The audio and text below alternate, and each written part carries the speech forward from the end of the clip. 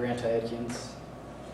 We're all college students here, all working hard to graduate, and will eventually enter the workforce. So imagine that you finally do graduate, enter the workforce. So you find a few jobs you like and you apply for them, and you have great skills, good recommendations, and that college education. So how kind of demoralizing would it be to realize that you didn't get the job because of a piece of paper, and that piece of paper being resumes? And that could be kind of frustrating to think about, but it does happen. I mean, it's happened to me. A manager I knew that I applied for talked to me about it and said that he wanted to hire me, but my resume was kind of trash, is how he worded it. I asked him, to elaborate. He said it was so bad that they actually threw it away. But luckily, there are actually ways, pretty basic ways, that you can improve your resume. And those are formatting, the content you put in the resume, and how you edit your resume. Well, formatting typically consists of just a few things. The first being font size. You really want 11 or 12 font size for everything in it, so the headings, subheadings, bullet points, anything else in it. You want that at 11 or 12, so nothing's too big or small. You also want it to be on resume paper, and it's just slightly different from copy paper, and you can buy it pretty much anywhere. You can buy copy paper, so it's not hard to find or anything like that. You also want consistent spacing and consistent margins. You don't want some things in the middle of the paper and then triple spaced and then all the way to the left and then double spaced. You want it all to be real consistent. And resumes typically go through a few stages. And the first stage is where you really make a first impression on the manager with your resume. And during that first stage, a manager will get your resume, look at it for just about 10 seconds, and then determine whether it gets thrown in the trash or moves on to be further reviewed. And what these visuals behind me show is on your left is the example of a good resume, and on your right is the example of a bad resume. Now the good resume, you can see besides at the main top part, all of it's to the left margin, all of it's equally spaced, just a slight difference in the font sizes with the headings and the rest of it, and that the bullets all on it. And then the other resume actually doesn't look that bad either, but there's just a couple of mistakes of the headings being too big and taking up too much room in the middle of the paper, and then some of the bullets not lining up.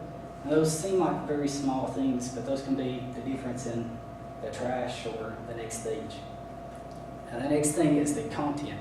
And the content really is just what should or should not be in your paper. What should be in your paper are two really basic things that everyone should already put in there, which is your education and your work experience. Work experience is just typically going to be your job title and how long you were at those jobs. And then the other major thing that you want to put in it is mechanical skills. Now, mechanical skills are anything that you've learned that could be considered a job requirement for that job. So that can be anything from using Excel, Access, to how many words a minute you can type.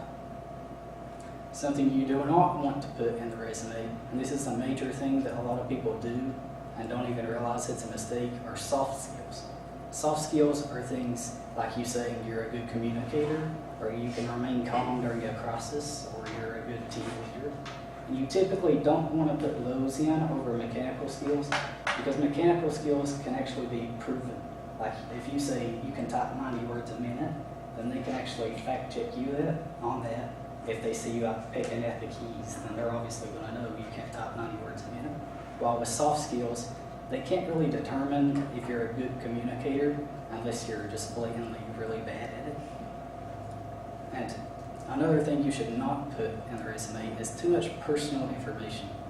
Now, we're in the age of technology, so nowadays you don't even need to put your physical address as long as you have your email in there. And also, you don't want to put your age.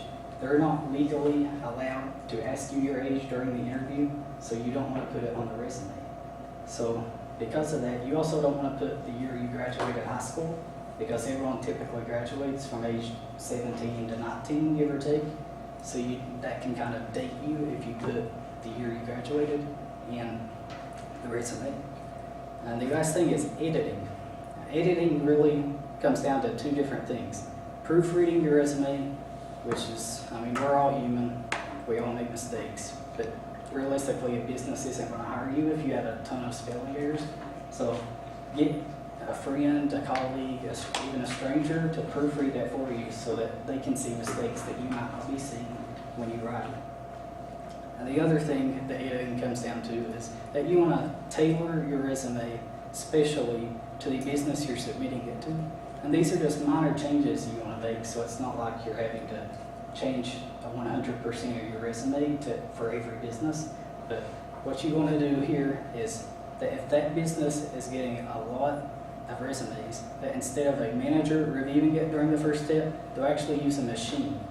So what you want to do is you want to go to that job that you're applying for and look at the job description, and then pick out keywords that are in that job description and put those throughout your resume so that when it goes through that machine, it'll pick up on those keywords and deem your resume as good, right?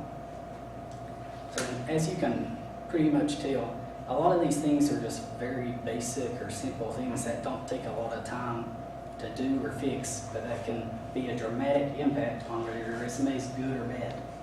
So whenever you're editing your resume or creating a new one from scratch, I hope you remember these things so that you can create a resume that'll get you that job you want. Thank you. Okay, good. I didn't assign anybody, but I'll ask you is, have you developed your own resume and have you sent it out and gotten any results?